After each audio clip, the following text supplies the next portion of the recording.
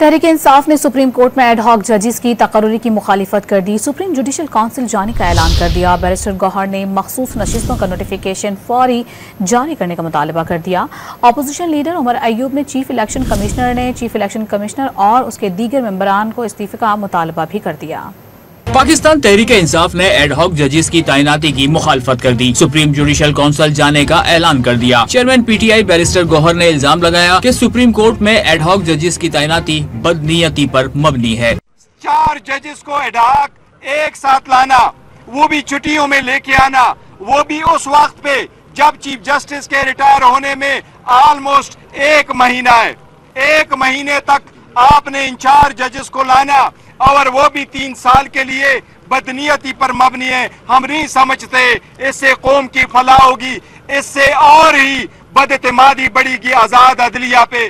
قومی اسمبلی میں قائد حزب اختلاف عمر ایوب نے موقف اختیار کیا کہ 3 یا 4 ججز لگانے سے ہزاروں پینڈنگ کیسز ختم نہیں ہو جائیں گے۔ انہوں نے چیف الیکشن کمشنر اور اس کے دیگر ممبران سے استعفے کا مطالبہ بھی دہرایا۔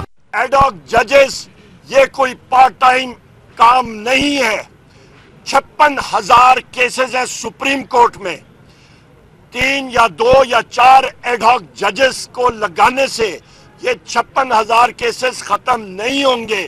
سلطان راجہ اور اس کے تمام کمشنرز فل فور ریزائن کریں، ورنہ ان کے خلاف آرٹیکل 6 لگنی چاہیے۔ میں واضح طور پہ یہ بات کرنا چاہتا ہوں، کسی کا باپ بھی پاکستان تحریک انصاف کو نہیں بین کر سکتا۔ قائد حزب اختلاف سینیٹ شبلی فراز نے پیغام دیا کہ پیپلز پارٹی پی ٹی آئی پر پابندی کی مخالفت کر کے ذوالفقار علی بھٹو کی نیشنل عوامی پارٹی سے متعلق کی گئی غلطی درست کر سکتی ہے۔